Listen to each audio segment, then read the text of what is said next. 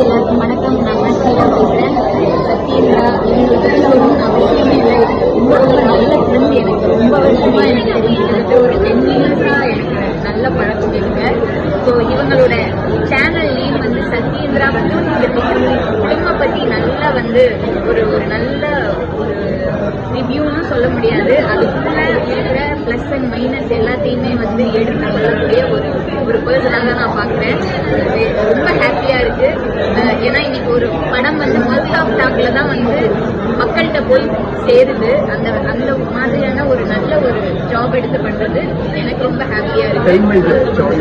சத்யேந்திரா சொல்லிட்டேன், திரும்பவும் சொல்றேன். சத்யேந்திரா ஃபிலிம் கிரிட்டிக் அந்த சேனலுக்கு வந்து நீங்க சப்போர்ட் பண்ணுங்க, சப்ஸ்கிரைப் பண்ணுங்க, ஃபாலோ பண்ணுங்க, சப்போர்ட் பண்ணுங்க.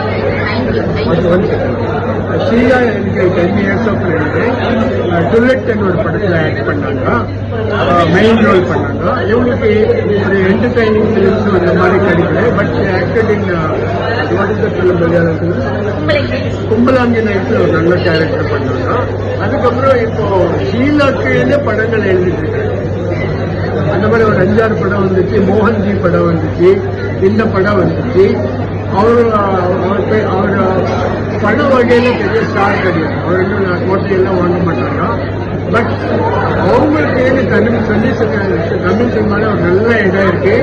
மெயின் கேரக்டர்ஸ் பண்ணிட்டு இருக்காங்க. அதுதான் ரொம்ப ரொம்ப முக்கியமான விஷயம். ஒரு கோட்டை வாங்கி கும்பலை ஓடி வந்த கூட அது பிறந்தாங்க.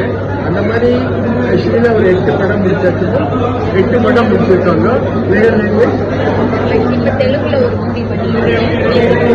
கன்னடா, தமிழ், ஹிந்தி ఓకే తెలుగులో ఇప్పుడు పడం పండించారు. Sheela very good artist, theatre artist. Thank you. All the best. Very పడం